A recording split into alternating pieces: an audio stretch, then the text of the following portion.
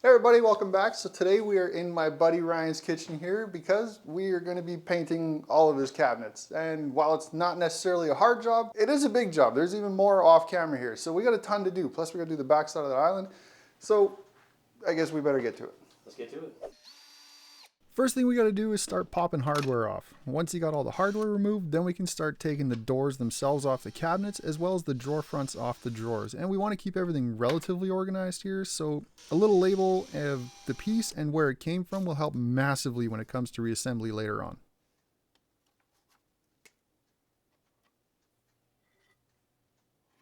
And don't forget to keep all your fasteners organized too.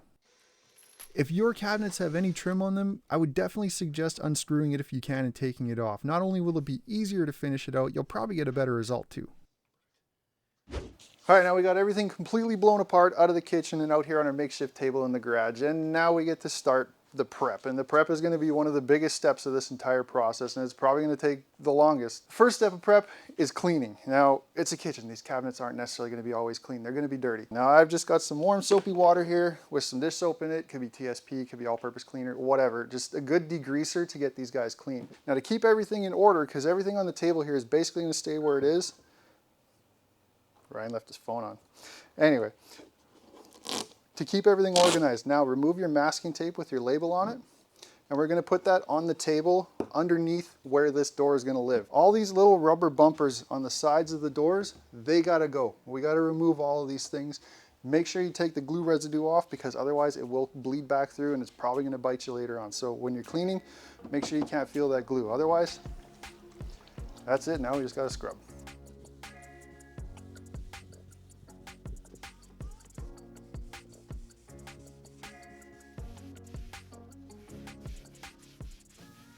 All right, now we got everything cleaned up and dried off. We're ready for the next step, and that's going to be sanding. It's obviously everybody's most favorite step in the world, but it's the most important, so do not skip this step. This is the step that's going to really let the primer and the paint bite in and stick to these doors. Without this, you're going to have delamination, and it's just going to ruin your entire day. Now, I've got a 60 grit and 120 grit sanding sponge here. The 60 grit sponge, what we're actually going to do is we're going to use it to soften all these sharp edges on the doors.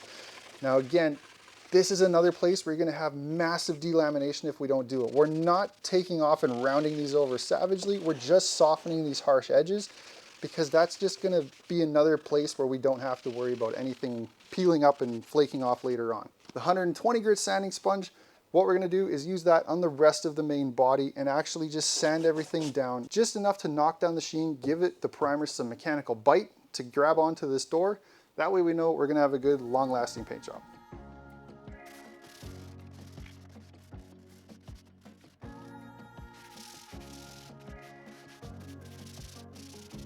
Alrighty, so after hours of cleaning and sanding and cleaning again, it's now the next day, and we got a small little hardware issue we got to fix. Let me show you.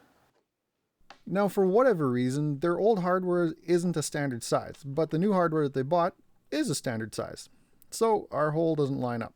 Now what we're going to do to fix that is just take a 1/4 inch dowel, a 1/4 inch drill bit, and drill out the hole and then plug it with the dowel. Now I only need to re-drill the one hole farthest away from the rail. That'll just keep the other one as a reference mark.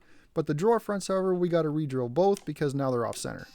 So after cutting entirely too many dowel plugs, because we clearly weren't counting, we can go ahead and start drilling out our holes and then glue and hammer the plugs in. Now our plugs are about 1 inch long, that way they're a little bit thicker than the doors and drawer fronts themselves, so we have some material to remove later. And make sure to remove that glue right now while it's wet.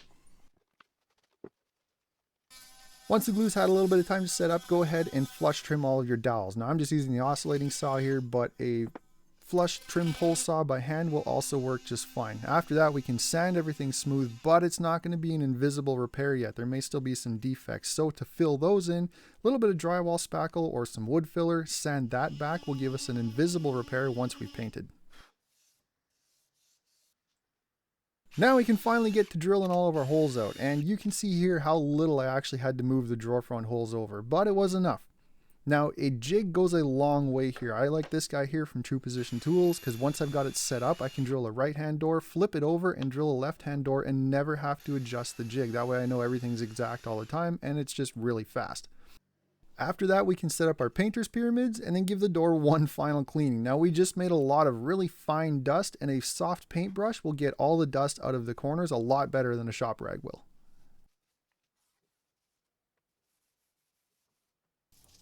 Now, a couple of tips when it comes to masking. First of all, mask as much as you feel is necessary to get a good job. Also, use painter's tape because yes, there is a difference.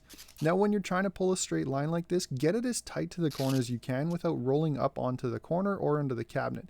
Touch it incrementally throughout the center before pushing it in for a nice crisp edge. This is going to give you a straight line. If you just touch each end and then try and touch the center, it's actually going to bow out and give you a crooked corner or a rounded edge instead of a straight line, and nobody wants that. Everything's sanded, cleaned, and we're finally ready to start throwing primer at this thing. Finally, it has been a long time coming. Now, we are going to be using this stuff right here. This is Bullseye 123. This stuff sticks to basically everything, and it'll hide pretty much anything underneath of it. To apply it, we're going to be using a 4-inch roller and a 2.5-inch tapered brush. Now, you're going to definitely want to make sure you get a tapered brush because these things do an excellent job at cutting in. Not only are they tapered this way, they're also tapered this way. It gives you a nice sharp edge, and we're going to use a little cup to pour our primer into, that way it just doesn't dry in the can. Okay, now these cabinets here are frameless cabinets. In other words, it is just the box and then they're edge banded. Now the edge banding is the only part we're going to paint on these because the insides are white. If you are going to paint the insides of your cabinets because they may have already been painted at one point or they may be stained like your doors and the whole thing is one solid color and we're trying to get rid of that color, then you're going to want to paint from the back forward. In other words, you got to prep the inside of this just like the outside, so that's a whole nother thing. But paint the back panel first, then paint the sides, bottom and top, then work your way forward out to this stuff here. Now in ours, because we only have to paint the face frame and the center style here, you could come around and tape all this off. It's not totally necessary. I'm not going to do it. If you're very careful, you can just come along with the roller and just touch the edge of this. Don't squeeze the paint out of the roller though. Just come along and just touch it ever so lightly. That way you're not going to get a whole bunch of that like squeegee action and it's just going to be bulging out over the sides. Just a light touch, that's all you need. Now, if you don't feel confident using the roller on the cabinets themselves and you want to use a brush, a good way to minimize brush strokes is first of all just get the material on there like this, and then quickly before it dries, go ahead and just pull a long straight line and tip it off. And this will just give you a nice smooth finish afterwards and not look like a brush did it.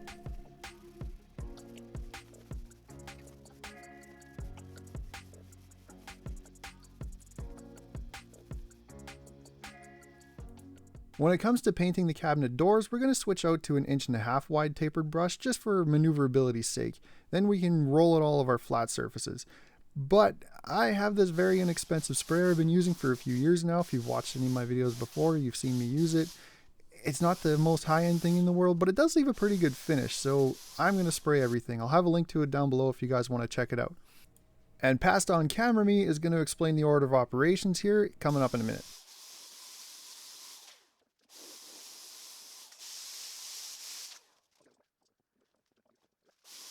All right, it's day 3 and we're back once again, and unfortunately today we got to get comfortable with old Mr. Sanding Sponge again. I know we've done a load of sanding so far, believe me, I get it, but it's the best way we can ensure a good finish. Now today it's a relatively simple job. This is the last step you have before we throw color on these things, so go ahead and inspect everything, double check that they're actually nice and smooth if you can still feel them. Go over it with another coat of mud before you sand everything. Look for any dents, any defects that may have happened over time. Everything's going to show up a lot better now that there's primer on them, and this is your last chance. So once you've fixed everything, mudded everything, we're all good, then we can sand it. Now I've got 120 grit sanding sponge here again, just like before, and clean everything up. Sand the sides, the edges, the back sides, the fronts, and then make sure to sand the cabinets as well.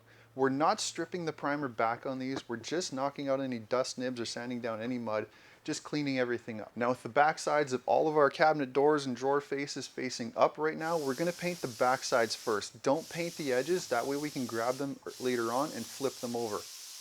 Once the back sides of all the doors are painted, go ahead and then paint the cupboards after that.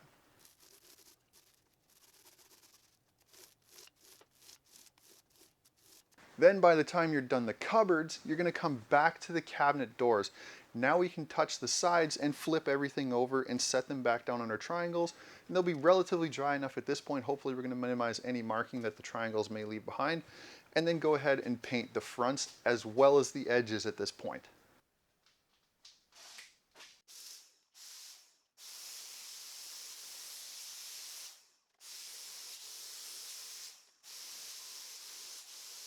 Then after waiting a few hours, we can come back into here, flip everything over, paint the back sides once again, paint the cabinets again, and then flip our doors back over just like before, paint the edges and paint the fronts with our second coat. When it comes to the paint itself, we're going to be using a melamine or an enamel paint. It may also say cabinet or furniture paint on it, but you want to shoot for a satin sheen because it's a lot easier to clean than a flat paint and it hides everything unlike gloss.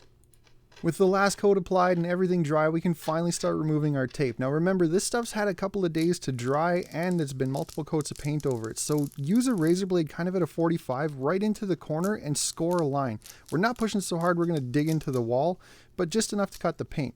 Then when you're pulling the tape off, kind of pull the tape back against itself and go slow. This way the tape kind of cuts itself free along your score line and doesn't risk pulling up any of the paint off of the cabinet or even the wall behind it.